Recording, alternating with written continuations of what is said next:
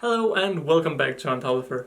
Today we're gonna talk about the Messor Barbarus colony because I have made a lot of mistakes over the time, and today I thought I would learn some of you my mistakes, and instead of you watching all my videos, I'll just a short kind of recap of the last 8 episodes, and then this will be kind of the 9th episode. So I hope you enjoyed the video and I'll see you on the other side.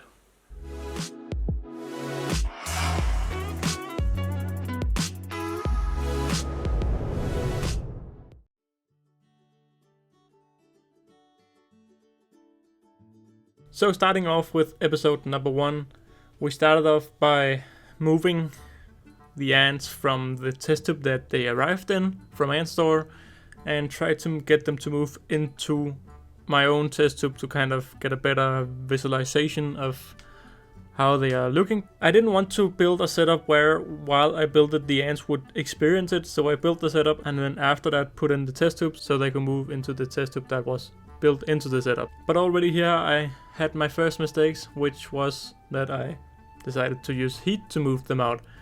And because I put the ants straight down and then immediately starting to put heat, the ants didn't know where to move. So of course some of the ants quickly discovered that there were a good test tube, but the queen didn't notice that because, well, they hadn't decided to move yet. So while the queen was kind of overheating, she decided to leave the test tube because of the heat. And this was very stressing for the queen since she didn't want to know where she belonged. And some of the workers could actually have killed her by trying to pull her 2 different ways. But luckily that didn't happen. Later on in the episode they had finally moved into the test tube. But I wanted to take a look at them all the time because I just got them, so I kept checking on them, and every time I checked on them they got even more stressed. And I thought, hey, maybe that's because they were not in a correct formicarium. So I quickly moved them into a new cork nest, and well, that's my mistake number 2 and 3, because I moved them into a cork nest which isn't made to be very moist, and Messor Barbarus like a pretty high humidity, not like crazy high but pretty high. And the third mistake was that it was way too big and they were way too small for this big new nest.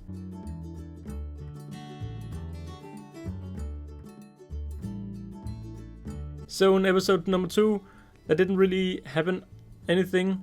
I got some cool clips of the ants eating mealworms, but all in all it was just a slow and updating episode. I hadn't made a video on them in a few months since they had been in hibernation, but there wasn't really anything to say.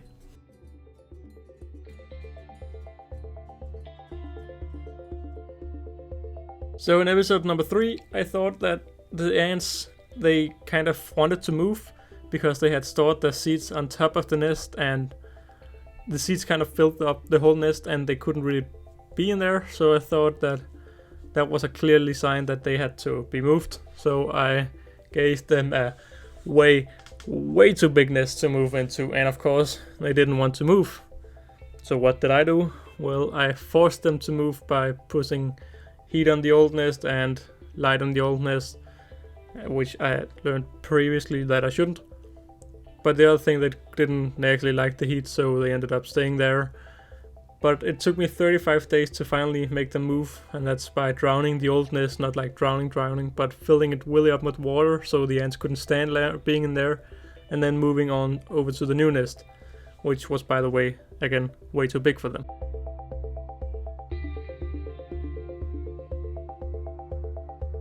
So in episode 4, again, an episode where it didn't really happen anything, I got some amazing clips of this giant beetle that I gave them. They really liked the beetle and they took it straight down to the queen chamber where the queen got scared of it, but I couldn't really do anything about that. But moving on to episode number 5.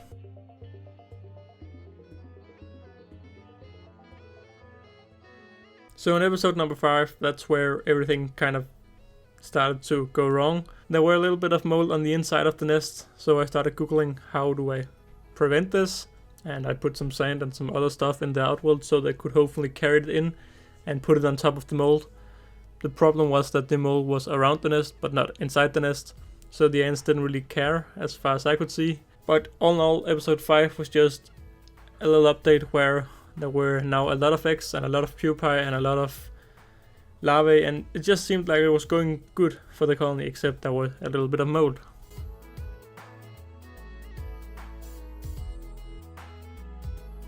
So I stopped watering the nest because I read that I shouldn't water the nest if there were mold inside, of course. But the problem is that Messor Barbarus colony, they are very thirsty because they like to have a kind of a pretty high humidity. So after a long thought, I decided, I'm gonna water the nest once again. And that was, of course, a big mistake because that just helped the mold grow even more. So I saw a lot of dead ants in the outworld, and I also saw a few dead ants inside the nest. So I really got very scared because there were dead ants all over the place. All the larvae and the eggs and the pupae had suddenly just disappeared. It has probably died of some mold-related incidents. So I completely panicked, and I bought a new nest for them, a dig fix nest, which they should then dig themselves. So I tried to use my same tactic with watering the old nest, so they could try to kind of put them, so I could try to rush move them. And that didn't help, they just didn't want to move. But what I have done was now the mold was everywhere. It was in the chambers, it were so disgusting all over the place. So I just took the nest out of the enclosure, the glass enclosure, and just put it into the outworld, and all hell broke loose.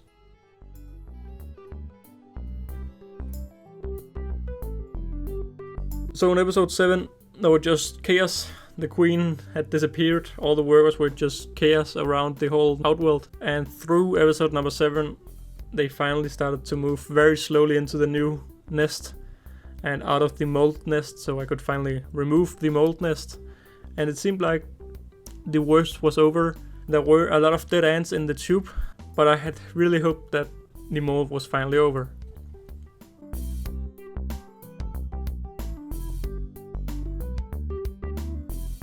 So in episode 8, I decided, the workers seems like they haven't really eaten any sugar. They didn't take my sugar water, they didn't take my honey, so I decided I would give them a strawberry, and they reacted very nicely to the strawberry. There were a lot of workers eating the strawberry. I almost felt like I could see that the workers had a lot more energy, kind of walking around more energized. And the queen also seemed like she had finally laid some new eggs.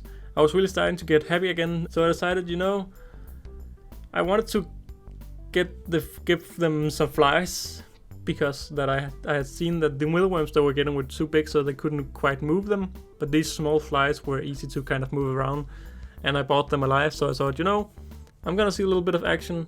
So I just put down 7 flies. They were about the same size as the worker, but all hell broke loose because Messor Barbarus colonies aren't that aggressive, especially not if they are tired and they are in their dying stages. So I ended up killing a fly and gave them to them, and they reacted very well now that the fly was dead. But the problem was there was some other flies that entered the test tube where they were eating the dead fly, and a lot of chaos came again, and they managed to kill the other fly. But all in all, it was a kind of a bad experiment because the ants got very stressed. Luckily the queen weren't in the test tube, she were up in her nest. But it seemed like the colony was getting better. I mean, new eggs, ants walking around, getting some new nutrition. It seemed like everything was starting to go better.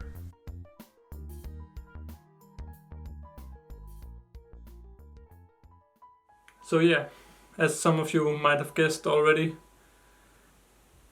the colony didn't make it. The queen died a few days ago, and well, the colony seems fine. I mean, the pupa is growing, the eggs are growing, the larvae is growing, but the queen is dead. So for the first time for all of these ant colonies that has died over the last period, I will keep the workers alive and let them die slowly up as they are supposed to do. I don't know why the queen has died, but I guess she's been too stressed about this. I don't take it too hard because I know what I did wrong this time. With my other colonies, I didn't know what was going on. This colony, I know all my mistakes, and that's also why I'm making this video, because I feel sad because I learned a lot from this meta colony. But again, I know it's my fault and not some random thing I can't handle. So instead of just putting her in the trash or putting her out in the open, I decided I would have a little funeral and put her in the newly built formicarium that I built in last episode. Link in the top right corner, just to kind of keep her in our memory, and for those viewers who are watching this right now will know kind of a little secret that she's in there. And yeah, let's get her a good place to sleep in.